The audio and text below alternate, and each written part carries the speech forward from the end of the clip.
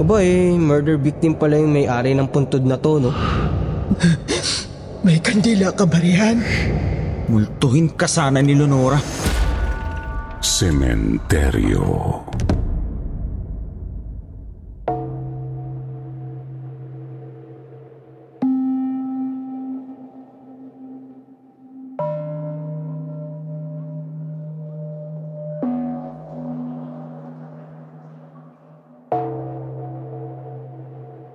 Ang sementeryo ang nagsisilbing huling himlayan nating mga tao sa panahon ng kamatayan. Dito pumapahinga ang pisikal na katawan habang pumapayapa sa kabilang buhay ang kaluluwa. Ang kaso sa maraming pagkakataon sadyang hindi nakakamtan ng isang kaluluwa ang kapayapaan. Nagiging dahilan ito ng kanilang pananatili rito sa lupa. At minsan, doon sila mismo gumagala sa lugar kung saan nakahimlay ang kanilang katawan. Sa episode natin ngayon, pakinggan natin ang kwento ng dalawang senders na nakaranas ng kababalaghan mismo sa sementeryo. Anong mga multo kaya ang kanilang nakasalubong? At bakit kaya hindi natahimik ang mga ito? Yan ang ating alamin dito lamang sa kwentong Takip Silim. Leonora.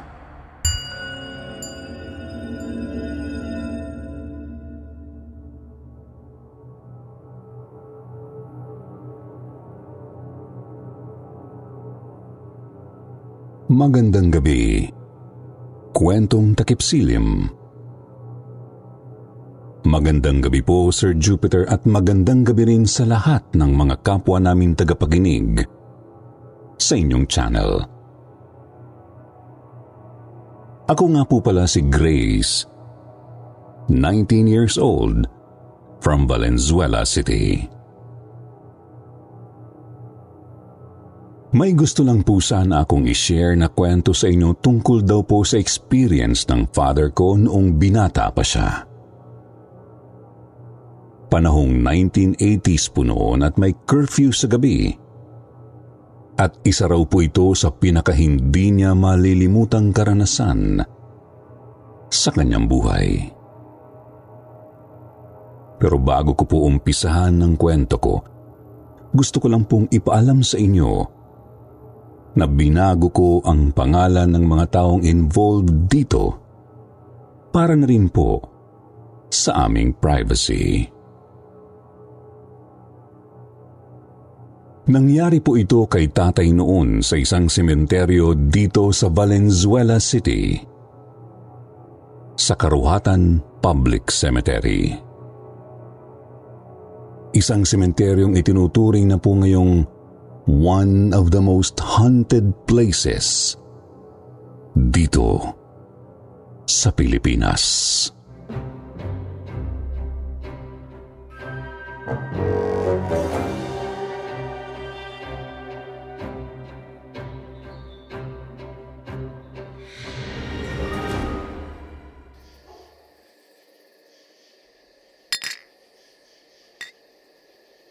Uy, Gary. Sigurado ka ba sa gagawin natin? Nakakabahan ako sa kalokohan mo na to eh. Napakaduwag mo naman, paring Bert. Siyempre, napagod tayo ng paglilinis ng puntod kaya magsaya muna tayo ng konti. Malaki-laki naman ang kinita natin dun kay Aling Constancia eh. Buti at galante naman pala magbayad kahit napakasungit ng matandang yun, no? Kanina pa naman tayo nagpapahinga ah. Loko ka talaga. Kaya pala ayaw mo pang umuwi nang natapos tayo. Balak mo pala akong ayain mag-inom dito. Sus, kumwari ka pa eh. Bakit ayaw mo ba?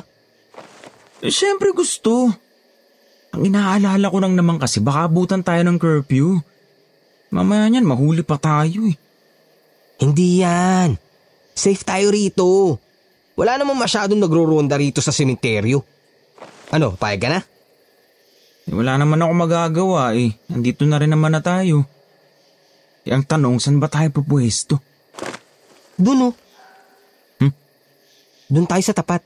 Doon sa may ibabaw ng malapad na nicho. Mukha namang walang dumadalaw doon. Napakarumi na nga oh, tapos nilulumot pa. Huwag tayo dito sa nilinisan natin. Baka ipaulit pa sa atin ni Aling Constancia ang paglilinis dito sa puntod ng asawa niya eh.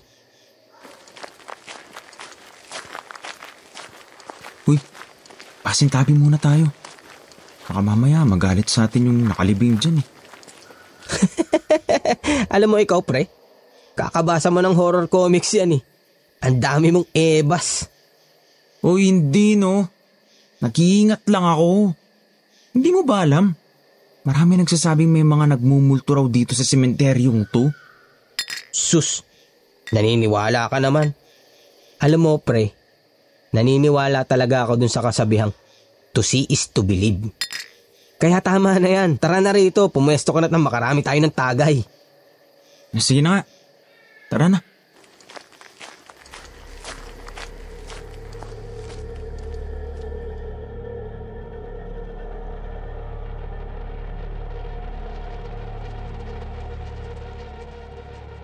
Pumuesto nga po sila dun sa katapat na nicho ng nilinisan nilang puntod. Medyo tagurin daw po kasi yun. Kaya kung sakaling may mapadaang nagro-ronda dun, ay hindi sila agad mahuhuli.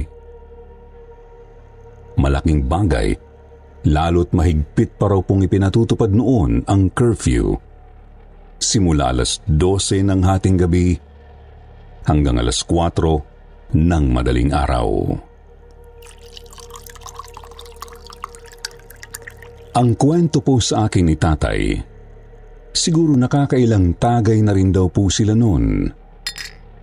Bigla na lang daw napansin ng kaibigan niyang si Ninong Bert ang pangalang nakasulat sa lapida ng nasabing puntod.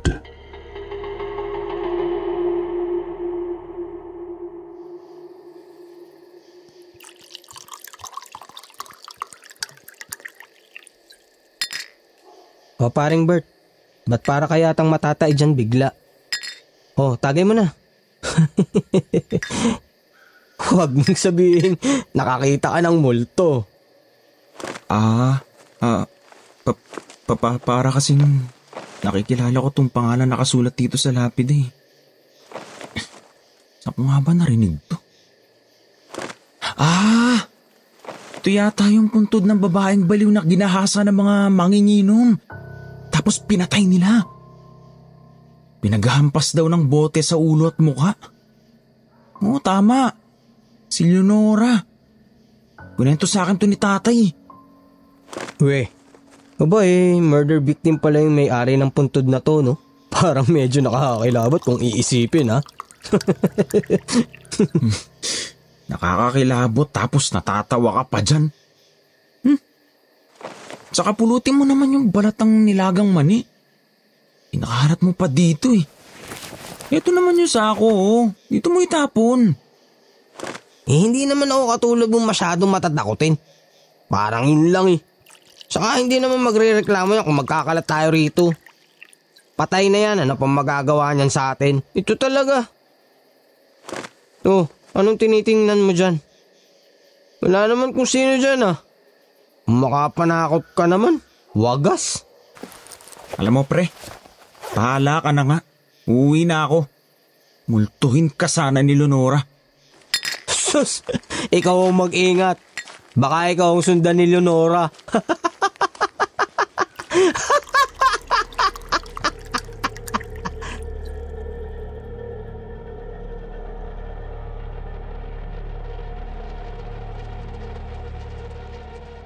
Iiling-iling pa raw po si tatay noon na bumaba sa nicho ni Leonora. Dala yung mga nilagang mani na kinakain niya. Umuwi na rin daw siya pagkaalis ni Ninong Bert dahil wala na rin naman siyang kasamang mag-inom dun sa may sementeryo. Hindi na rin daw po niya niligpit yung mga kalat nilang magkaibigan doon. Medyo may tama na nga po kasi siya at nakakaramdam na rin ng hilo. Nung makauwi, hindi na rin siya umabot pa sa sariling kwarto.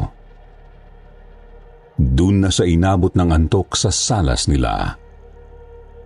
Hanggang sa tuluyan na nga po siyang nakatulog.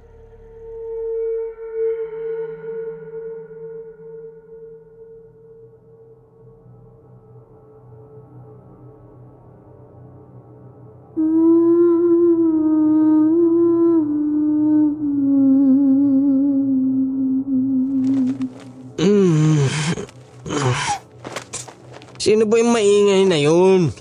Natutulog yung tao eh. Ay, sino ba kasi yun? Walang tao sa labas ah. Nanay! Ate! Sino ba yung kumakanta?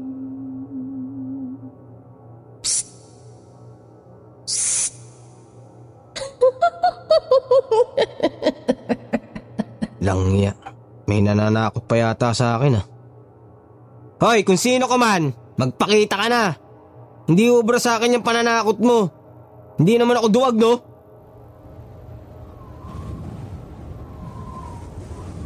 Ba't bigla yatang lumamig dito sa salas?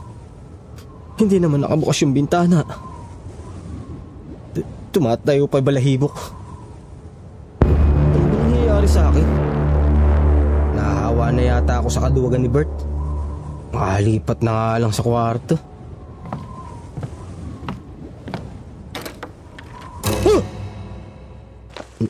Nay, kayo ba yan? Langya naman. Bakit naman nandiyan kayo nakatayo sa dilim? Nakakagulat kayo eh. Nanay. Hoy, Nay. Bakit hindi kayo nagsasalita dyan? May galaw-galaw ho. Baka ma-stroke.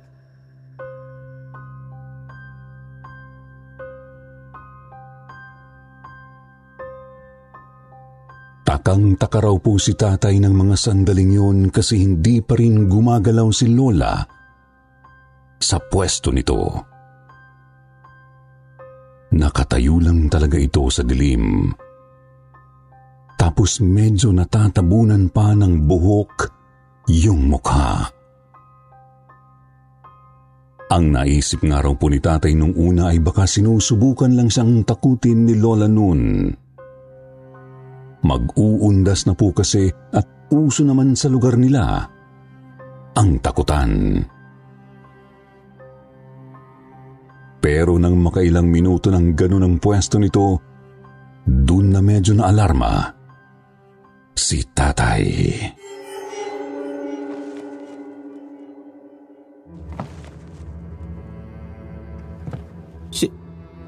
Sino ka? Hindi ikaw si nanay, no? Hindi ikaw si nanay.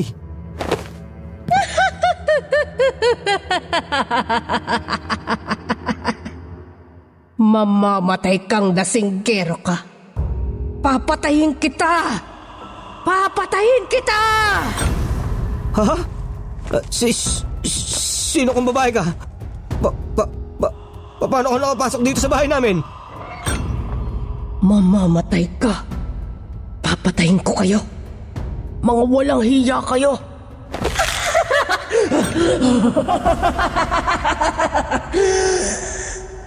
Mamamatay ka! Anong ginagawa mo? Huwag kang lalapit! Diyan ka lang! Binabalaan kita! Huwag kang lalapit! Kundi sasaktan kita! Talagang nagtayuan daw po noon ang mga balahibo ni tatay sa katawan habang nakikita niyang humahakbang papalapit yung babaeng kanina lang ay nakatayo sa dilim. Atras daw noon ng atras si tatay at talagang unti-unti na siyang nilulukob noon ng takot. Pero ang mas nagpangatog daw talaga noon sa tuhod niya ay nang sa wakas po ay huminto yung babae sa tapat ng bintana. Doon ay tumatagos ang liwanag ng buwan. Kitang-kita raw po kasi ni tatay ang wasak nitong mukha na animoy pinaghahampas ng kung ano. Puno rin ng dugo maging ang bandang likod ng ulo nito. Kita rin daw ni tatay ang masamang titig ng babae sa kanya, yung tipo ng tingin na parang isinusumpa ka na, yung tingin na punong-puno ng galit. Doon na raw nanigas sa kinatatayuan niya si tatay. Bigla raw siyang naistatwa at halos maihina sa shorts niya nang biglang iniangat ng babae ang dalawang braso at sa isang iglap ay nakarating na ito sa mismong harapan ni tatay. Ilang pulgada na lang daw ang layo ng mga mukha nila nang maramdaman ni tatay na may malalamig na kamay na humawak sa leeg niya na maya-maya pa ay unti-unting humigpit ang pagkakahawak ng babae sa leeg ni tatay. Sinasakal siya. Mamamatay ka! Bitiwan mo ko! Mamamatay ka! Papatayin kita! Papatayin kita! Bitiwan mo ako! Sino ka ba? May atrasa ba ako sa'yo? Oh, sino ka?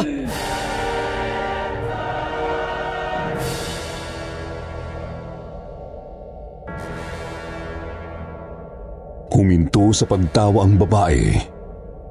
Biglang ngumiti ito kay tatay. Pagkatapos po ay unti-unti raw nitong inilapit yung mukha nito sa mukha ni tatay hanggang sa itinapat nito ang sariling bibig sa tenga ni tatay bago ito bumulong. Leonora. Ako si Leonora.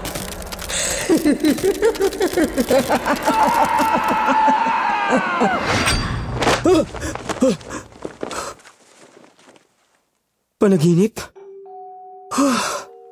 Panaginip lang pala.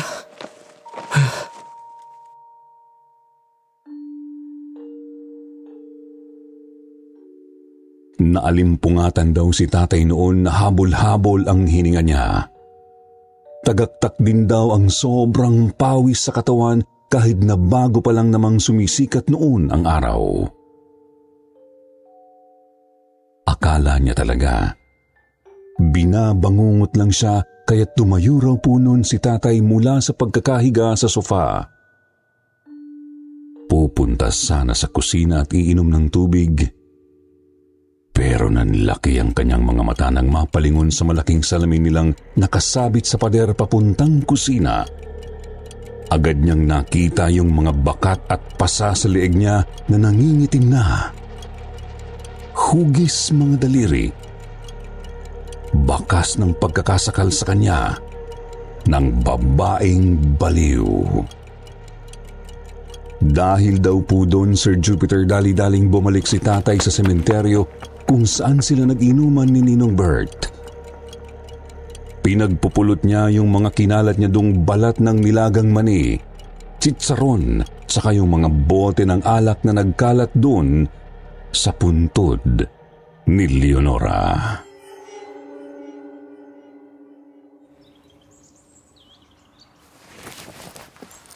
Pasensya ka na, Leonora.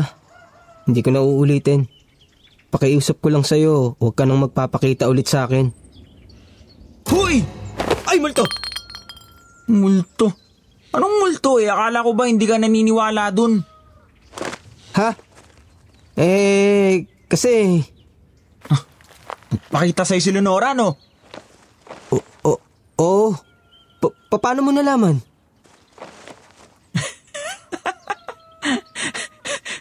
Ang totoo kasi, Nakita ko siya nakatitig sa'yo ng masama kagabi. Kaya nga iniwan kita eh. Nakakita ka ng multo? Walang iya ka. Bakit hindi mo sinabi sa akin kaagad? O bakit, maniniwala ka ba? Ha? Eh di ba nga sabi mo sa akin kagabi, to see is to believe? Eh kaya nga inayaan kitang ikaw na mismo makakita. O ano, naniniwala ka na ba? Yung sa'yo. Tabi nga.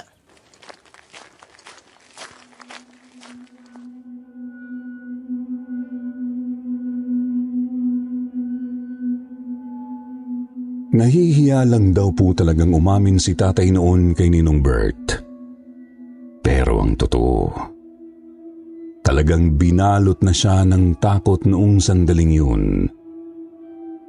Simula nga rin po nang mangyari yun ay hindi na ulit nagawang tumambay ni tatay sa sementeryo.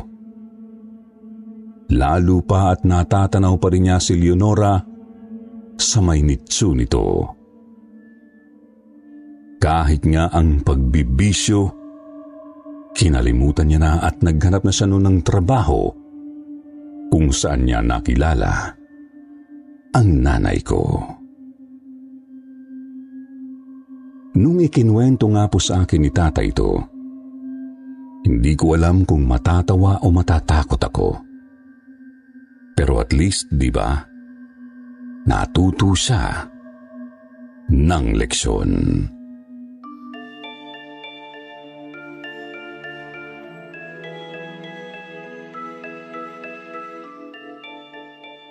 Kisame.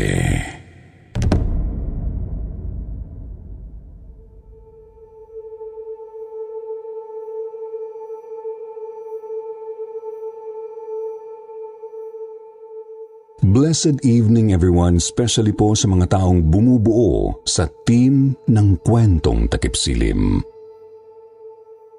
Kasama na po kayo, Sir Jupiter.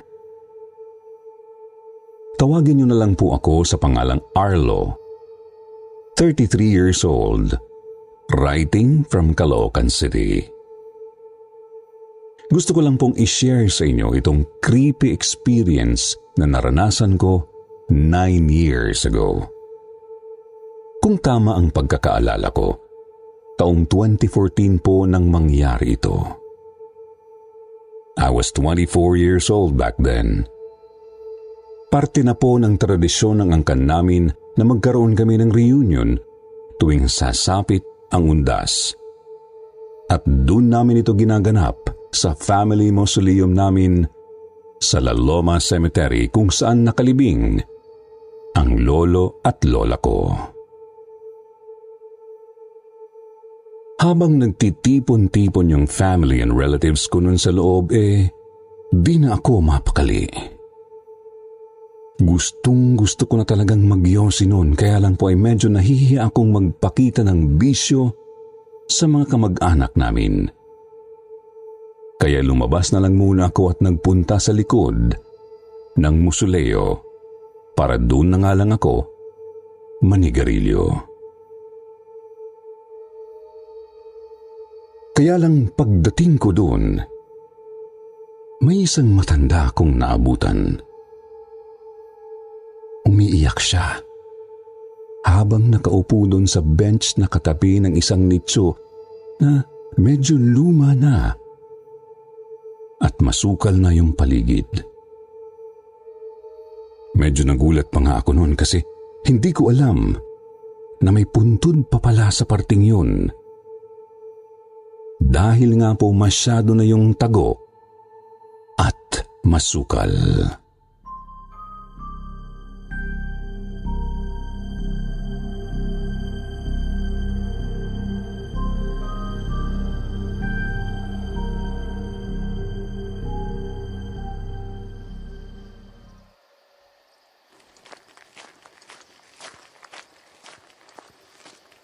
Lola, ayos lang po kayo?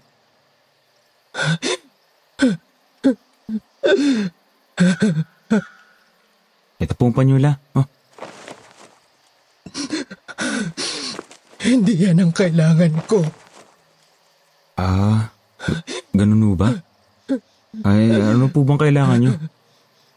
Baka makatulong ako. May kandila ka ba riyan? Yun lang ho bala. Naku, marami ho kami dun sa loob. Mamaya ho pagkatapos ko magyosi, kukuha ko kayo. Talaga? Pangako yan ha? Maraming salamat sa iyo, iho. Oo naman ho. Wala ho yun, Lola. Ano nga hong pangalan nyo? Carmencita. Yun ang pangalan ko, iho. Ayun. Sige ho, Lola Carmencita. Mamaya ipagtitirik natin ng kandila yung kamag-anak nyo. Teka, sino bang nasa puntod? Asawa nyo? Teka lang ho, Lola. Yung girlfriend ko kasi tumatawag.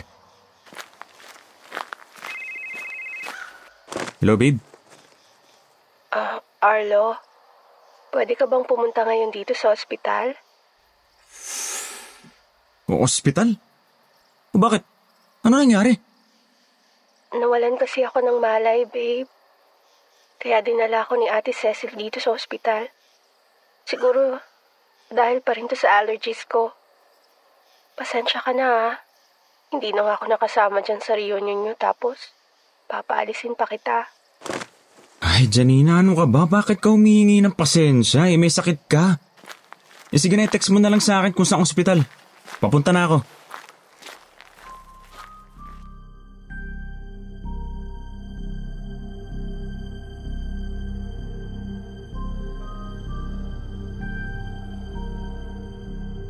Nag-alala talaga ako noon sa girlfriend ko, Sir Jupiter, dahil yun na po yata ang pangalawang beses na nawalan siya ng malay sa week na yun.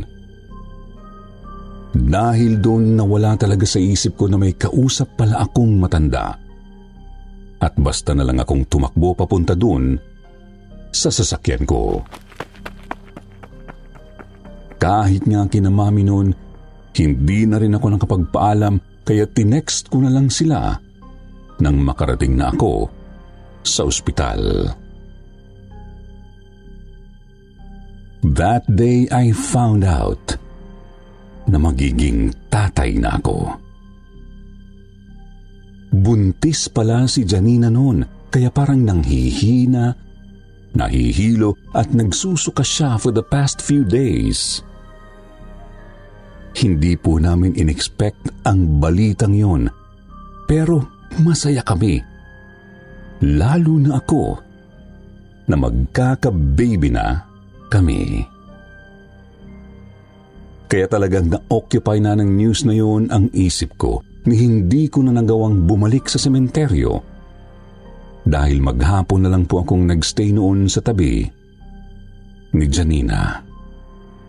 I completely forgot about Lola Carmencita. Pero hindi ho yun nagtagal.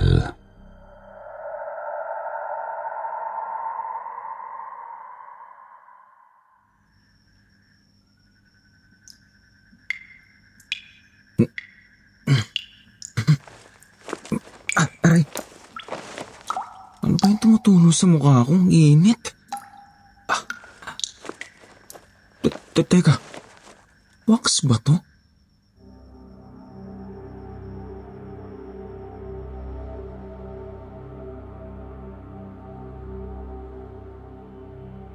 November 2, 2014. All Souls Day. Kauuwi ko lang noon galing sa paghahatid kay Janina from hospital pauwi sa bahay nila nang makaidlip agad ako pagkahiga ko pa lang sa kama. Kukuha lang kasi dapat ako ng damit, then babalik ako sa kanila para bantayan ulit siya all day. Kaya lang, nakatulog nga ako. Nung naalimpungatan na ako at nakumpirma kong wax nga yung mainit na tumulo sa mukha ko, kaya napatingala ako. At ganun na lang talaga ang sobrang gulat ko nang makita kong sobrang daming kandilang nakadikit sa ibabaw ng kisame ng kwarto ko.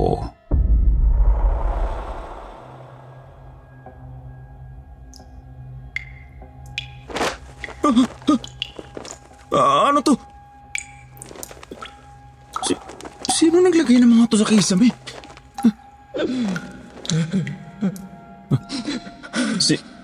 Sino yan? May tao ba dyan?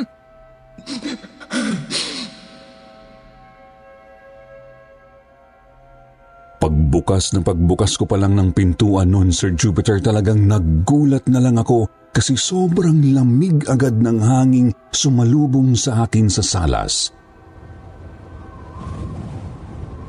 Samantalang naka-aircon ako sa kwarto noon, tapos bigla pang umindap-indap yung ilaw namin. Talagang kinilabutan ako lalong-lalo na nang makita kong parang may usok na gumagala-gala doon sa harap ko. Doon pa lang, Sir Jupiter, alam kong minumulto ako. Ang hindi ko lang sure ay kung bakit at sino ang nagmumulto sa akin. Basta ang alam ko lang noon, pamilyar yung tunog ng pag-iyak na naririnig kong umi-echo sa bahay namin. Hanggang sa maya-maya, bumaba na rin sina Mama at Papa, pati yung dalawang kapatid ko, mula sa taas.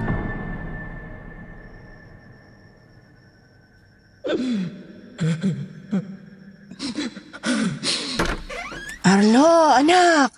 Sino ba yung umiiyak? Kasama mo ba si Jenky? Nag-aaway ba kayo? Naririnig nyo rin ho? Aba, malamang anak. Nasa iisang bahay lang naman tayo. Ang ibig ko ho sabihin, ma, hindi ko ho kasama si Janina. Hindi rin ho siya yung umiiyak. Kanina ko pa nga rin ho hinahanap kung sino yun eh. Ano ka mo? Ano ibig mong sabihin? Mama, minumulto ho yata ako eh. Nalimpungatan kasi ako, napakaraming kandila nakadikit dun sa kisame ng kwarto ko. May mga sindi pa lahat. Kandila? Sa kisame? Paano magkakaroon ng ganun doon? Hindi ko nga rin ho alam, May. Diyos ko, nakakakilabot naman yan, anak. Teka, anak, anong tunog yun? Parang nanggagaling ho sa kwarto ko, ma. Diyan lang ho kayo, ha. Ako na ho ang titingin.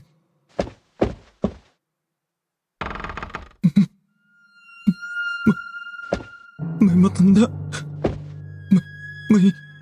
May matanda nakabigti sa kwarto ko.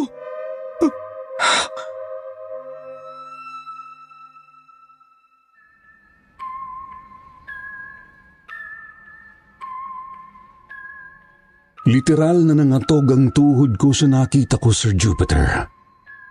Napaupo pa nga ako sa sahig nun sa tapat ng pintuan ng kwarto ko dahil sa sobrang takot. Kitang-kita ho ng dalawang mata ko si Lola Carmencita, yung matandang nakilala ko sa sementeryo na pinangakuan kong bibigyan ko ng kandila. Nakabigti ho siya sa mismong kisame ng kwarto ko. Hindi ko alam kung bakit nung sinamama na ang tumingin ay wala na silang makita. Pero naniniwala naman sila sa akin at dahil lahat nga sila, narinig yung iyak ng matanda. Pinayuhan na lang nila akong balikan yung puntod sa likod ng family mausoleum namin sa La Loma para tuparin ang pangako kong bibigyan ko ng kandila yung puntod na yon.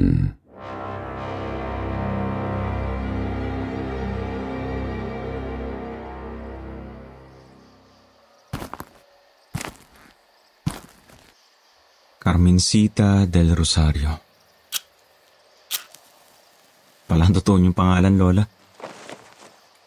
Pasensya na ho kayo kung nakaligtaan ko hunto pa rin yung pangako kong pagtitirik ko kayo ng kandila. Sorry ho.